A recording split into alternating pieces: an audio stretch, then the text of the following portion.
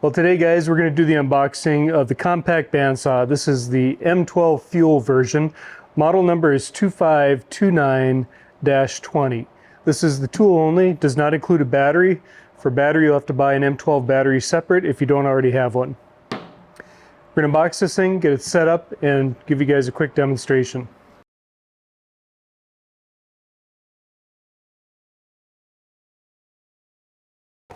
It's pretty simple in the box. All we've got in here, a little flyer from Milwaukee, the instruction manual, the bandsaw, and then here at the bottom of the box is a band that they give you with it. Now Milwaukee has three different versions of the bandsaw. This is the M12 version. There's also a compact M18 and a deep cut M18. The reason I got the M12 is simply because of size. I didn't need the huge capacity of the M18 deep cut, and the M18 compact still seemed to be pretty big and heavy with the front handle here, so it was meant more for two-handed operations. This one's actually meant for one-handed operation, and we'll show that in a demonstration here in a few minutes. So the first thing we're going to do is install the blade with this. We do have a blade release right here, which releases this roller and allows the tension to come back out. So we'll flip that over first. We'll also make sure that our battery is out. We don't want that to be in the tool while we're loading the blade. Turn this over and move these two guides, these two locks to the center. And from there we can just open up this cover. Now the nice thing about this is that the cover has a hinge and it opens up, but it stays attached to the tool and it gets out of the way, which is really nice. From here we could see the direction that this will turn right here, and so we know which way we're going to put the blade on. Now if you're wondering which blades you could use with this, Milwaukee does list some options right on the box, but they also have the dimension right here for the length. It's 30 and 9/16 inches. This is also a half-inch thick, half-inch wide, and 0.02 inches thick. Teeth per inch range anywhere from 10 to 24, with 10 being the most aggressive cut for thicker materials and 24 teeth per inch for finer cuts. Now this blade is a little sharp, so I do recommend wearing gloves while you're putting it on. And again, we've opened this up, we've loosened the tension here in this roller. We're just going to feed it right here through the rollers. And we want to install it, we want to make sure that we install it with the teeth facing up, because that's going to be the direction that we're going to cut in.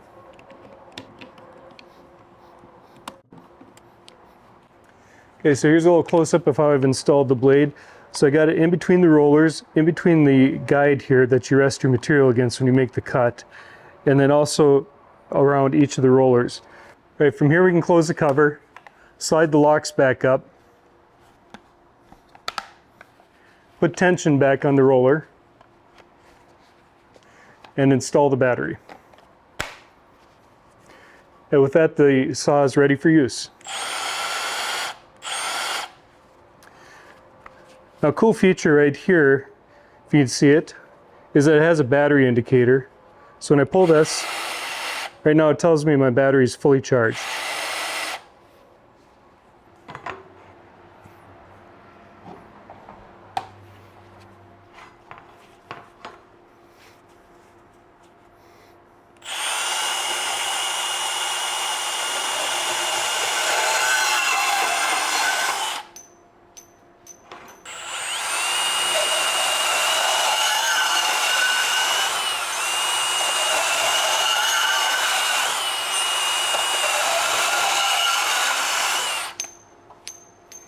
That works pretty good. So you might be asking yourself, well, why wouldn't I just use a hacksaw? So if you have a hacksaw like this is Milwaukee Fuel one-handed hacksaw. This is how I was cutting conduit before, or EMT before. I've got the metal blade on it, and you can easily make this cut. However, you'll see that this vibrates quite a bit. You really have to push a lot of pressure down, and you have to start very slow to get the blade to start in the material, otherwise the blade wants to walk all over it. And I'll demonstrate that right here.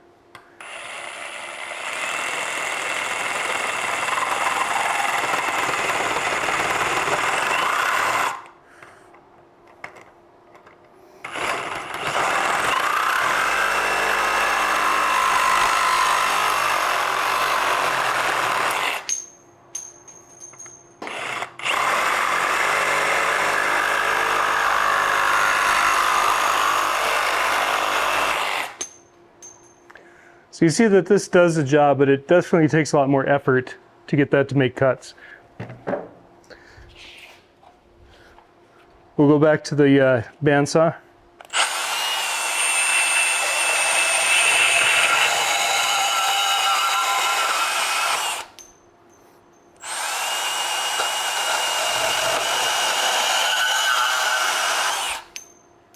It's definitely a lot easier to use this. So another cool feature I wanted to show you, and that has to do with this LED light, which you can see right here. So that actually casts a shadow where the blade is. If you can see that right on the material, right there. And that shadow will tell you where the blade is going to go. So if I want to cut this piece, I just aim the shadow right down that line.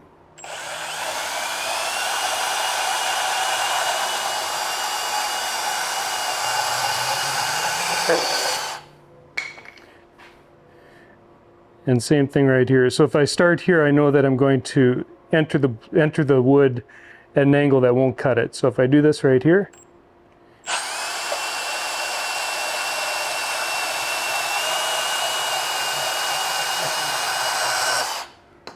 cuts right down that line. So that's pretty cool.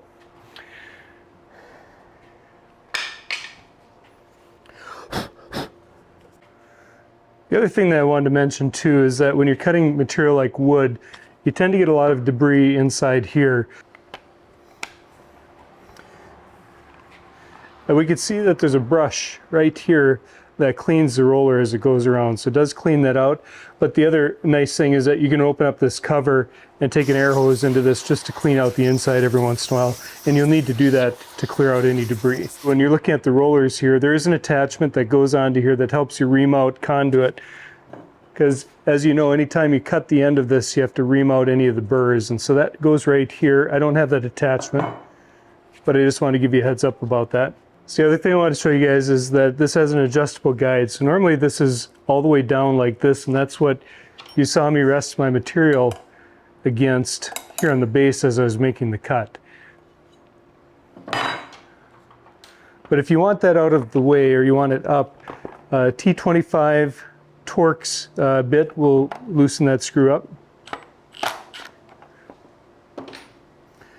And then you can adjust that up like this. You could potentially have it up to about right here. So you could potentially have it flush with the bottom of the blade.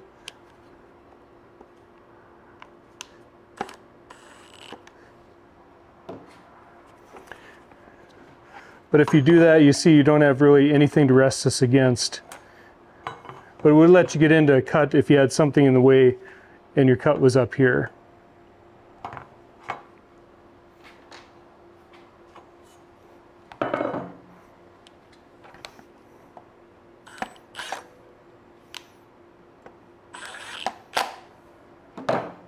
So a couple of other things about this tool. The weight of it is 6 pounds. It's pretty light, pretty easy to use, makes it nice for one-handed operation. And the depth of cut that I see is 2.5 inches, and that's exactly what's advertised on the box. Might even be able to get just a 1/16 of an inch more than that out of it. But you know, it's gonna do a great job for things like conduit and PVC pipe, unless you're cutting really big stuff, and then you'd want the M18 version or to use a different method to cut the pipe. Guys, another really cool feature I like about this is the Rafter Hook.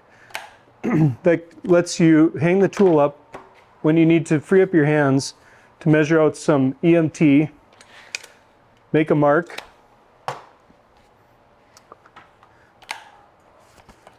and come back here and make your cut. So that's pretty clever. And I think that's going to do it for this video. Just wanted to show you the unboxing and setup and use of this. If you have other uses for it, or if you've used this tool and you have any comments, feel free to leave those in the comment section down below. And if you found value in the video, appreciate a thumbs up, and please consider becoming a subscriber. That's going to do it for this video. We'll catch you guys on the next one.